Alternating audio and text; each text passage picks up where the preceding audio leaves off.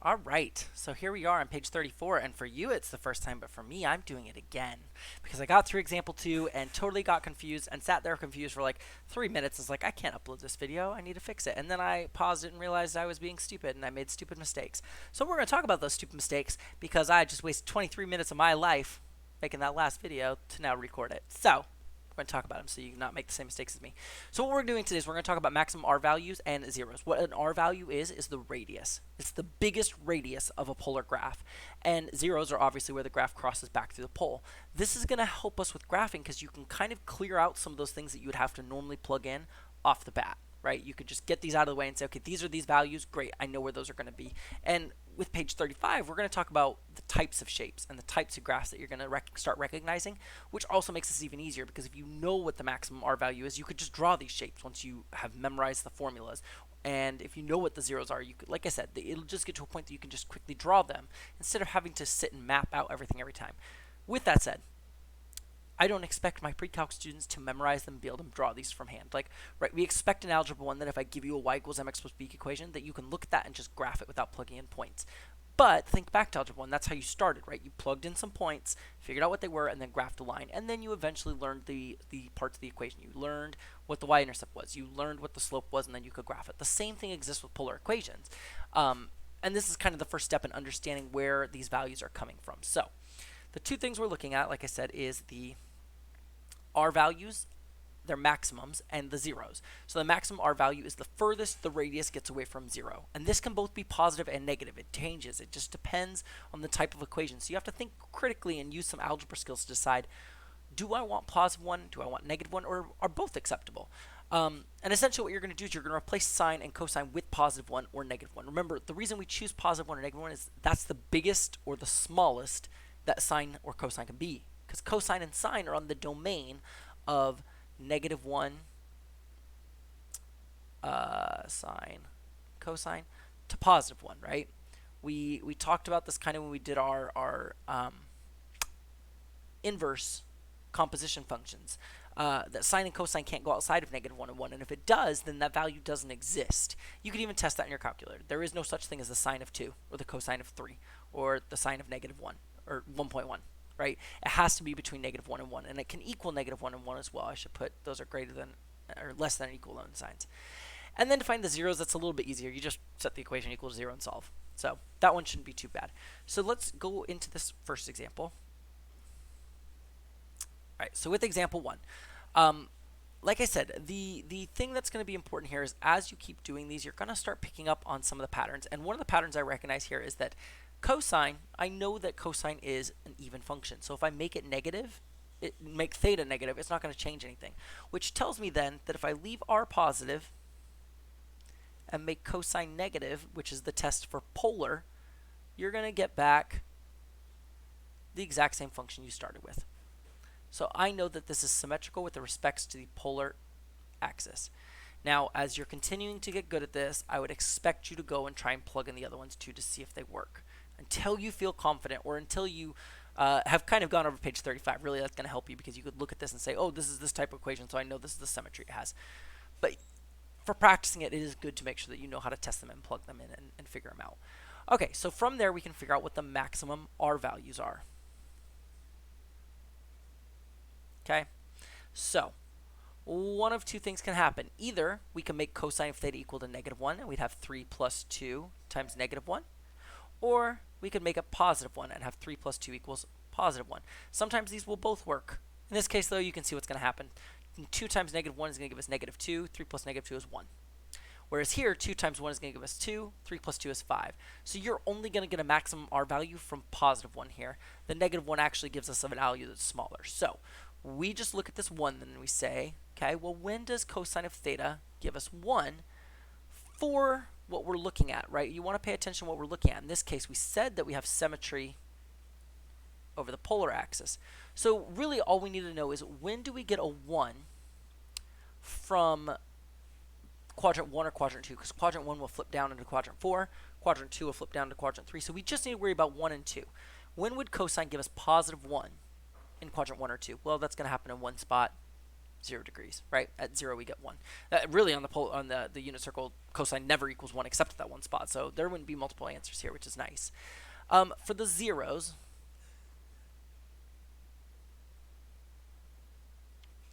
our zeros are going to happen. We just take this equation and set it equals 0. So 0 equals 3 plus 2 cosine of theta. And we'll solve this. We'll subtract 3 to this side, and we'll get 2 cosine of theta. We'll divide both sides by 2, and I get negative 3 divided by 2 equals cosine of theta. And then we could take our calculator and put negative 3 divided by 2, take the inverse cosine. Oh, wait a second. Oh, it gave us an error. Oh, that's sad. Why did it do that? Well, because it's outside of the negative 1 and 1, right? Cosine has to be between negative 1 and 1, and negative 3 over 2 is negative 1.5.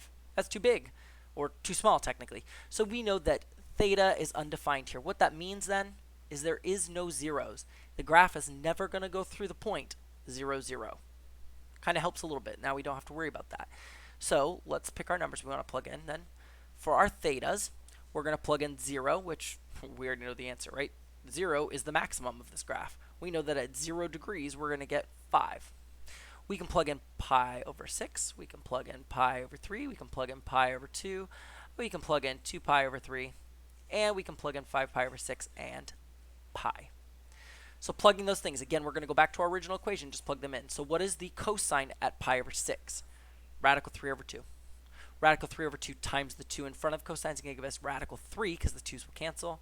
So we end up with 3 plus radical 3. Pi over 3 is going to give us 1/2. Half of the number in front is 2, so half of 2 is 1. 3 plus 1 is 4. Pi over 2, we know that's going to give us 0, so the whole thing at the end with the cosine cancels out, so I just have 3 plus 0, so 3.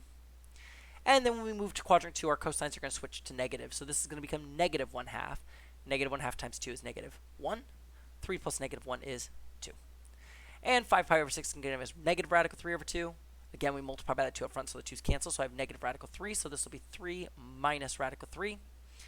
And pi, when I take cosine of pi, I get negative 1. Negative 1 times 2 is negative 2. Negative 2 plus 3 is 1. Great. So there are my values I want to go ahead and graph then.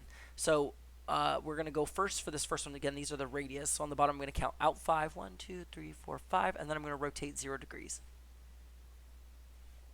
Here, I'm going to count out 3 plus radical 3. So you may need to type that in your calculator. I know that it gives me somewhere between 4 and 5. It's like 4 point something.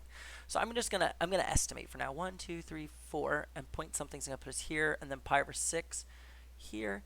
Let's also go the other way because it's symmetrical over the polar axis. So if I can go positive pi over 6, I can also go negative pi over 6 and put the same point right there. Okay? For my pi over 3, I'm going to go 1, 2, 3, 4, and then rotate pi over 3. And just like before, since it's symmetrical to the polar axis, I also want to go the other way. Pi over 3 right there. Okay. Pi over 2, we're going to go up 1, 2, 3, so that's going to put us there. And again, we can go pi over 2 down this way, so 1, 2, 3 this way. Notice all these points are just flipped over that line. They're the exact opposites on the other side. Okay, 2 pi over 3. So we're going to count 1, 2, and then rotate 2 pi over 3. Also go 2 pi over 3 this way. Okay, and last we're going to go, nope, sorry, second to last, 3 minus radical 3. So we have to do that in our calculator again. You get some number between 1 and 2. So we'll go in between 1 and 2 and rotate 5 pi over 6. Right there. And that same number is going to happen exact the same on the other side. And then the last point is over 1, rotate pi. So we end up with something like this. And so if I trace this, it's going to go up, kind of make a bigger, getting bigger circle. Kind of looks like a seashell in a way, right? It gets bigger on this side, but then it gets really small and close together on this side and has that little like bloop, dimpled inside. So coming back over to my notes, just so you can see the nicer version. This is my nicer worked out version. There it is. So you can see it's that little circle with a little dimpled part on it. If you need that, pause it. Go ahead and copy that down. I'm going to jump over to example 2. This is where I lost myself last time, so let's hope I don't lose myself again. I have it open on the side of my computer so I can look at it. Again, though, I would start by symmetries. Again, plugging all in, figuring out what works. In this case, I find that polar works again because polar we leave are the same. we would make theta negative, so I get negative 3 theta. And again, since it's even, that negative goes away, so I get cosine of 3 theta again. So done, done, symmetrical over the polar axis again. So I'm going to highlight the polar axis to help me out again. Anything from quadrant 1, I actually want to do that in yellow. It's less obtrusive on the graph. There you go. Anything in quadrant 1 is going to go down to quadrant 4. Anything in quadrant 2 is going to go over to quadrant 3 or flip down to quadrant 3. Okay, so thinking about our values then, our max R value. So again, in this case, we can replace cosine with 1 or negative 1. So my first option would be to have times 1, which would give me 2. My other option is to plug in negative 1, which would give me negative 2. Now, thinking rectangular graphs, right, we would say, oh, well, 2 is bigger, or number line-wise, 2 is bigger. But think about this in terms of this. Is the radius 2 any bigger than the radius negative 2? No, it just depends on where you rotate it, right? If you plot the point 2 with pi, then you're plotting the point negative 2 with 0 degrees. So they mean the same thing. So technically, both of those are acceptable. So I got to ask myself, when does cosine of 3 theta, well, let's start with this. When does cosine of theta give me, sorry, 2. Let me put that 2 in front. 2 cosine of theta give me, 2 cosine of theta give me 1. Well, not 1, 2. God, Michael, right here. God knock, not Michael. I'm at home too much, and I've referred to myself as Michael. Knock-Rado's gone out the door. And we also ask ourselves, well, when does 2 cosine of theta give us negative 2? Well, we could divide that 2 at the beginning. We get cosine of theta equals 1. Down here, if we divide it, we get cosine of theta equals negative 1. And so ultimately, we're going to have theta would give us positive 1 at a few points. And here's why I'm going to say a few points. I'll talk about it in just, I mean, let's just start with the first one, right? 0, right? The problem is, this wasn't theta, it was 3 theta. So we have to address the fact that there's a 3 in front of that theta. Because if I divide 0 by 3, I get 0 still, right? So it's still going to be 0. But think about other spots that the graph would equal 1. Well, it doesn't equal 1 until it goes 1 full rotation again, right? So 2 pi would also be a solution. And if you divide 2 pi by 3, you get 2 pi over 3. Is that part of quadrant 1 and 2? Yes, because it's less than pi. So that would be a valid solution again. But if you plug in 4 pi, you're going to get 4 pi over 3. 4 pi over 3 crosses pi, so that's not a good solution because now it's in quadrant 3, and that's not going to help us. I mean, it does help us, but then we're graphing too many points, so we can stop there. We also know that 3 theta could equal negative 1. So cosine would equal negative 1 in what spots? Well, I know that's on the pi side. So starting with pi, again, we divide by 3, so I get pi over 3. The next one would be if we go around to 3 pi. Well, if I divide 3 pi by 3, I get pi. That's in between 0 and pi. That's obviously the cutoff, right? Because pi is as big as it gets. Once you hit pi, we can't go further than that. So if I were to try 5 pi, I'm going to get 5 pi over 3, and that's not going to work. So those are all my zeros. So let's put this up here. Theta and r. Sorry, these aren't my zeros. These are my maximums, right? So let's try to categorize these in order. So I've got 0, I've got pi, I've got 2 pi, and I've got 3 pi. So the graph is going to be 0 at all of those points, not 0. Gosh, why do I keep doing that? This graph is going to be 2 and negative 2 at those points. It's going to be 2 for the 0 and the 2 pi, and it's going to be negative 2 for the pi and the 3 pi. So we're going to put that on there. Okay, I got to clear all this right here so that I can do my zeros. I'll put that up again at the end like I usually do, or you can pause it. So doing my zeros now, I got to set the whole equation equal to 0. So 0 equals 2 cosine of 3 theta. So again, we just solve as much as we can. I divide by 2, so I get 0 equals cosine of 3 theta, right? Essentially, that doesn't affect it, because if I divide by 2 here and divide by 2, I still get the same answer. So we just got to say, when does cosine give us 0? And then remember that that's 3 theta, right? So when does cosine of theta equal 0? And that's what 3 theta equals. Well, it's going to equal 0 in 2 spots, pi over 2 and 3 pi over 2. So we know that when 3 theta is pi over 2, we get 0. So theta is going to be divided by 3, which causes the denominator to get bigger. So this is going to be pi over 6 if we divide by 3. We would also get it at 3 pi over 2. If I divide by 3, we get 3 pi over 6, which simplifies to pi over 2.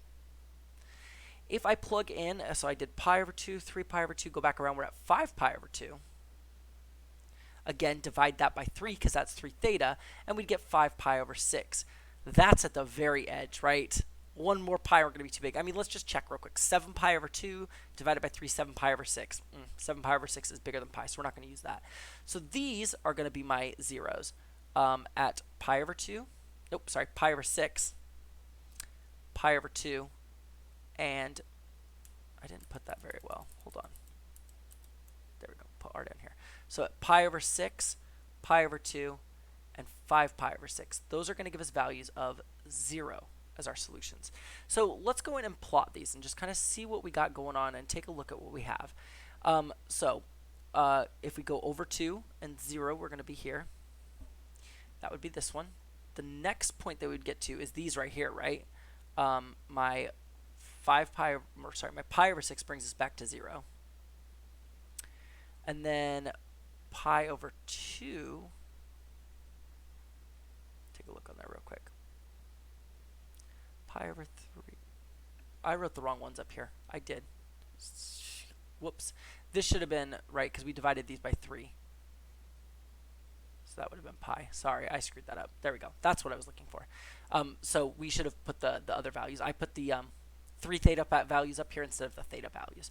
Okay, so at pi over 3, we're going to be at -2. Pi over 3 is going to be my next number after the pi over 6. So we're going to go -2 and then rotate pi over 3. That's going to put us here. After pi over 3, my next biggest value is going to be 2 pi over 3. So I'm going to go over 2 and rotate 2 pi over 3. Just going to put us here. Again, we can flip all these values over. So this would have flipped to here. This one, 1, 2, 3, 4. 1, 2, 3, 4. That would have gone down here. This one stays right there. And then my pi over 3 at -2, so -2, and then rotate pi over, pi units. So -2 is going to bring us over to here, which is a point we already have. That help anyone? Because I can't really see what's going on there, right? That's kind of hard to follow. So what we need to do is we need to include some extra points in here. We got to kind of figure out what's happening here. We know that at pi over 6, right? At pi over 6, we come back to 0. So what's happening in between coming back to 0 and this 0 right here, right? Like here comes back to 0, so it does something and then comes back to 0. So let's figure out what happens at pi over 12. Let's try plugging that in. So at pi over 12, if I plug in pi over 12, we multiply by 3, we get 3 pi over 12, which is pi over 4. Cosine of pi over 4 is going to be radical 2 over 2, times 2 is going to be radical 2. So the square root of 2 is in between 1 and 2, so I know that at this pi over 12, in between 1 and 2, something happens. Same thing down here. I see what's going to happen then. This is going to come out here, come here, and then rotate back into 0. So it's making that little tiny pedal right there. Coming up here, I think I may have accidentally put an extra point up here. Not even may have. I did. I did put an extra point up there. I have too many maximums. Right, because if I go over 2, rotate 0. If I go -2, rotate pi over 3. If I go 2 pi over 3 and rotate, 2 and rotate 2 pi over 3. Yeah, those two are accounted for. Sorry. These weren't supposed to be there. I just went to the wrong line. There we go. So over here you could do the same thing, but some people may start figuring out what's going on here, right? You could try to plug in 7 pi over 12 if you wanted to. That's not going to simplify as easy. No, I mean it will. It will, right? Because 7 pi over 12 is going to give us the 3 and the 4 is going to give us 7 pi over 4.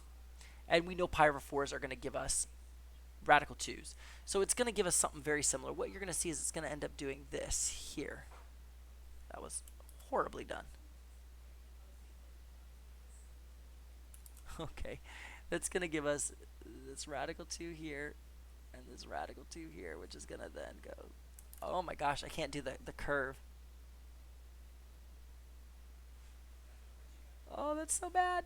Okay, and reflect it down here. Oh, okay. Terrible, terrible. But that's what it's going to do. It's going to make that little, we call it a 3-petal rose, which we're going to talk about in the next notes. Oh, let me put that up now.